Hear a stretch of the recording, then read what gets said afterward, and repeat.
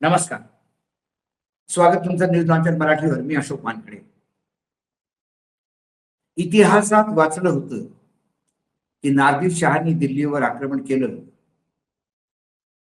आणि दिल्लीवर अक्षरशः लूटपाट, माराकुटी, स्त्रियांची अब्रू बेचिराख केली. अब्दाली आला, अब्दालींनी काही वेगळं केलं नाही.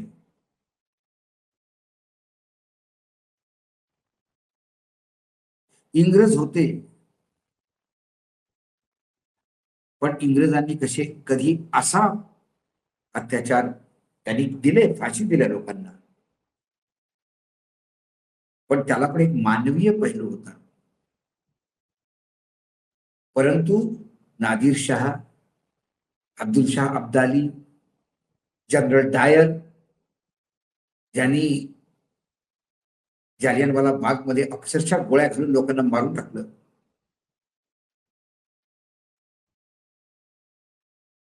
तोच काळ जो वाचला होता इतिहासामध्ये, तो डोळ्यासमोर जिवंत केला मोदी सरकारने. आणि काय रात्रीतून नवीन जो कमिशनर आणला, तो कमिशनर नव्हे, तो जल्लाद होता. जल्लाद आहे तो. ज्या हिशोबाने वांगचुकला छापा मारून त्याला मुस्कटात मारून, आई बहिणीच्या शिव्या घालून, सगळे पडद्यात सगळं लपवून प्रेतासारखं उचलून घेऊन गेले. त्यानंतर या विद्यार्थ्यांना शिक्षा द्यायसाठी ट्रक भरून दगड विटा घेऊन आले. हाय सिक्युरिटी झोन आहे तो. तिथे असे दिवसा ट्रक काही जात नाही, सरकारी ट्रक फक्त जातात. त्या ट्रकमध्ये आंदोलनकारी सकाळी मार्च सुरू करणार, त्याच्या अगोदर ट्रक उभे झाले. त्यात विटा दगडांचे ढीग होते. पण ही पोरं तरुण ना ज्यांची, ते सगळीकडे नजर ठेवून हा ट्रक कसा आला, लगेच त्यांनी व्हिडिओ काढले. ट्रकवर चढून सांगितलं, या विटा कोणी आणल्या, आम्हाला का बदनाम करू शकत होते. कॅनॉट प्लेस मध्ये रस्त्यात ठिकठिकाणी तुटलेल्या गाड्या आणून ठेवल्या, स्क्रॅप मधनं उचलून. पहिली तयारी. एक गाडी तर तिच्यावर झाड कोसळलं होतं, चपटी झाली, तिला घेऊन आलं होतं, तिला ठेवली एका ठिकाणी रस्त्यात. हे सगळे व्हिडिओ या युवा तरुणांनी, मुलांनी, विद्यार्थ्यांनी अगोदरच रिलीज केले. म्हणजे हे पहा कसं चालू आहे. मग मार्च चालू झाला आणि पोलिसांचं दमन सुरू झालं. अक्षरशः दिल्ली पोलिसनी बाहेरचे गुंडे, हरियाणा आणि बाकीच्या प्रदेशातले गुंडे, हिस्ट्री शीटर ची मदत घेतली. त्यांच्या हातीत पोलिसांचा दंडा दिला, डोक्यावर हेल्मेट, मोटरसायकलचे हेल्मेट, तोंडाला रुमाल बांधलेला आणि सांगितलं की खूप निर्दयतेने मारा, जसा सापडेल तसा झोडवा. सगळे जेवढे ड्युटीवर पोलीसवाले होते, एकाचीही नेमप्लेट नव्हती.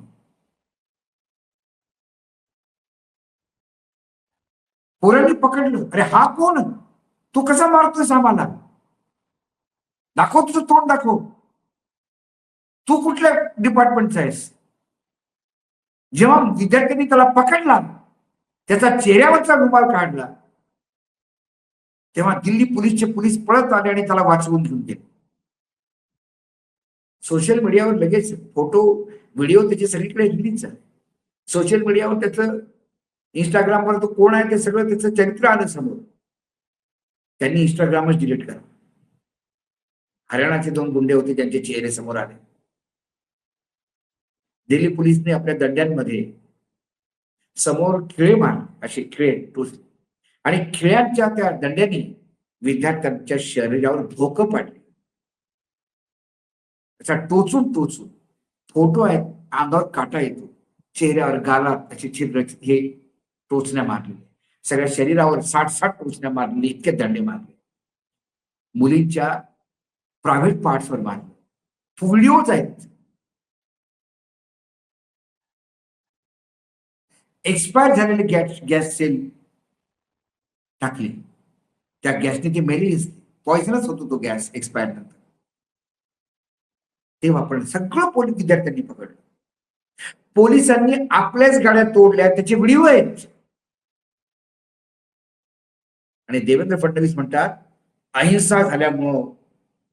अहो, थोडी लाज वाटत असेल ना तुम्हाला पेशवे साहेब? मनाची नाही, जनाची नाही, तर मनाची तरी ठेवा. हे व्हिडिओ पहा आणि मग सांगा हिंसा कोणी केली. पोलिसांची गाड्या तोडताना, स्वतःच्या गाड्या तोडताना व्हिडिओ आहेत. विद्यार्थी ओरडतायत, हे कोण अपनी गाडी तोड रहा है, देखो देखो देखो भाइयों देखो.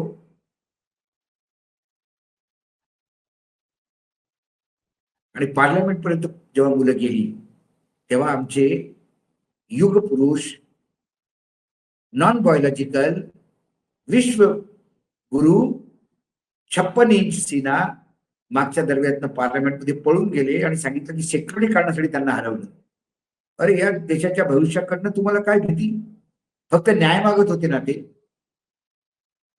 न्याय देऊ शकत नाही, मग कशाला बसता तिथे?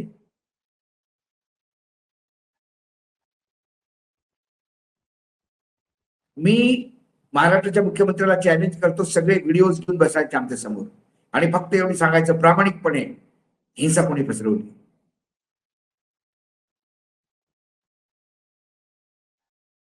मुलं अति जखमी झालेली आहे. एक मुलगी वाचेल की नाही माहित नाही, आयसीयू मध्ये आहे आणि व्हेंटिलेटरवर आहे. तिला इतकं मारलं आणि खोट्या बातम्या पसरवतात की 150 पोलीसवाले जखमी झाले. व्हिडिओ दाखवा ना तुम्ही. एक पोलीसवाला खाली पडला, त्याला त्या गरमी सहन झाली नाही, त्याला चेअरवर बसवून विद्यार्थ्यांनी त्याला पाणी पाजलं आणि त्याला हवा घालताय आणि तो प्रामाणिकपणे म्हणतो, क्या करे बेटा, सरकार के आगे मैं भी कुछ नहीं हूं और आप भी कुछ नहीं. सरकार सरकार होती. त्याचं ते सगळं ते व्हिडिओ आहेत. आणि मग त्यानंतर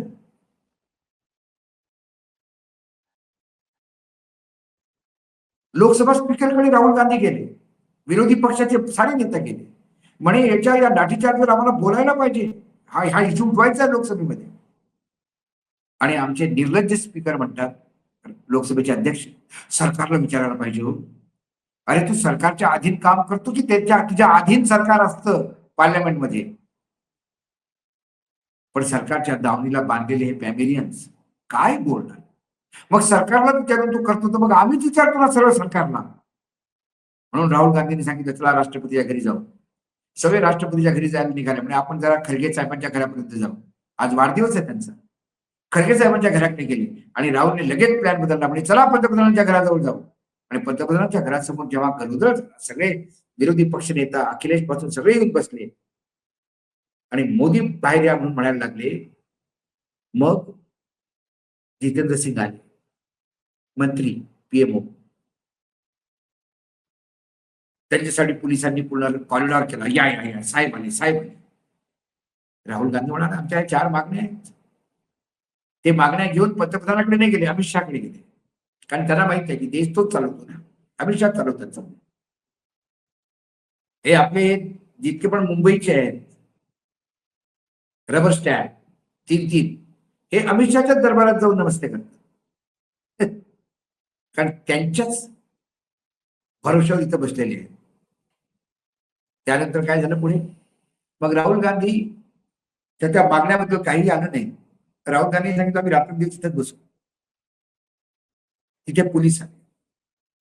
तिथे पुन्हा जो आमचा दिल्लीचा जल्लाद आहे त्यांनी पुन्हा एका गुंड्याला पाठवलं प्रायव्हेट ड्रेसमध्ये.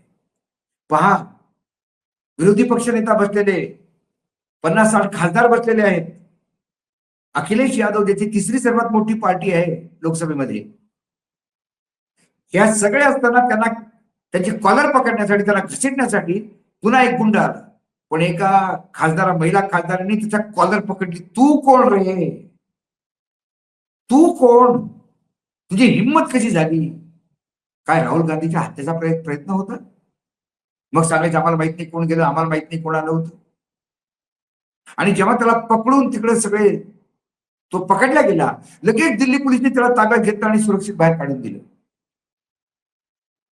आणि मग बळजबरीनं घसीटते ज्याला म्हणत ना, ओढत ताणत राहुल गांधी, अखिलेश यादव, प्रियंका गांधी या सगळ्यांना पोलिसांनी गाडीत टाकलं. पूर्ण वेळ त्या पोलिसांना विचारत होते, आम्हाला कुठे घेऊन जाता, आम्हाला कुठे घेऊन जाता. हा कार्यक्रम रेकॉर्ड करूपर्यंत ते कुठे घेऊन जात होते हे काहीही माहित नाही.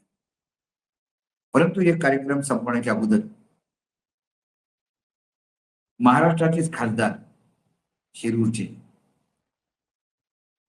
डॉक्टर अमोल कोल्हे, शरद पवारांच्या पार्टीचे आहेत, त्यांनी एक सुंदर हिंदीमध्ये कविता आज रिलीज केली या पूर्ण प्रकरणावर. कविता ऐकण्यासाठी आहे, ते फक्त ऍक्टर्स नाही हो, कोल्हे हे चांगले वक्ता, चांगले अभ्यासू खासदार नसून एक चांगले कवी सुद्धा आहे. ही कविता आहे, ऐकली कविता?